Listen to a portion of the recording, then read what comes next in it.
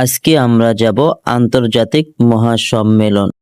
অবশেষে আমরা মহাসম্মেলনের স্টেজের সামনে উপস্থিত হয়েছি, আলহামদুলিল্লাহ। এখানে এসে দেখি লক্ষ লক্ষ জনতার ঢল। সুবহানাল্লাহ। হ্যালো এভরিওয়ান, আসসালামু আলাইকুম। আশা করি সকলেই ভালো আছেন। আপনাদের হুজুর বলকে স্বাগত। আজকে আমরা যাচ্ছি ঢাকা সোহরাওয়ার্দী উদ্যান মহাসমাবেশে এবং সেই সমাবেশে আমি একজন দায়িত্বরত আছি, আলহামদুলিল্লাহ। এখানে এসে দেখি যে মাঠ সকাল 6টায় পরিপূর্ণভাবে ভরপুর হয়ে গিয়েছে, আলহামদুলিল্লাহ। আর এই মহাসমাবেশে আজকে যারা বক্তব্য রাখবেন, বাংলাদেশের শীর্ষ ওলামায়ে কেরাম এবং ভারতের শীর্ষ ওলামায়ে কেরাম এবং পাকিস্তানের শীর্ষ ওলামায়ে কেরাম।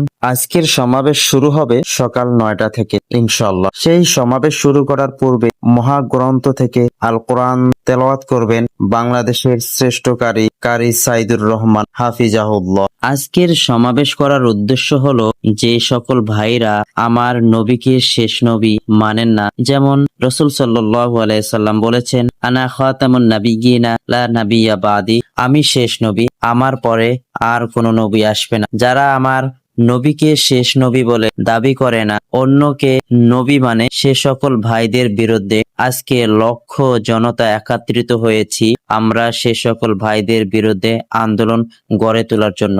যতদিন না পর্যন্ত আমাদের এই দাবি তারা মানবে না, ততদিন পর্যন্ত আমরা এই আন্দোলন, এই সংগ্রাম, এই মিছিল, এই মিটিং আমরা করে যাব ইনশাআল্লাহ। আমাদের দাবি হচ্ছে যে নবীর পরে নবী নাই, সংসদে আইন চাই। আমাদের প্রিয় নবী হযরত মুহাম্মদ সাল্লাল্লাহু আলাইহি সাল্লাম শেষ নবী, তারপরে আর কোন নবী আসতে পারে না। যারা নবী দাবি করবে তাদেরকে আমরা এই বাংলাদেশে কাফের বলে দাবি করব এবং তারা কাফের হিসাবে আমাদের এই বাংলাদেশে বসবাস করবে। তারা যদি কাফের হিসাবে বসবাস করতে চায়, তাহলে সংখ্যালঘু যারা যেভাবে বসবাস করতেছে তারাও সেভাবে বসবাস করবে, এতে কোনো আমাদের আপত্তি নেই। আমরা চাই যে এই বাংলাদেশে যেন কোনো দাঙ্গা, কোনো মারামারি, কোনো আহাজারি, কোনো জুলুম অত্যাচার আর কোনো ফেসিবাদ তৈরি না হয়। আমাদের শেষ কথা, মোট কথা হচ্ছে নবীর পরে নবী নাই,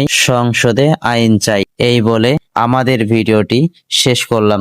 যদি আপনাদের ভিডিওটি ভালো লাগে অবশ্যই লাইক, কমেন্ট করে শেয়ার করে অন্য ভাইদেরকে দেখার সুযোগ করে দিবেন। আসসালামু আলাইকুম ওয়া রাহমাতুল্লাহ।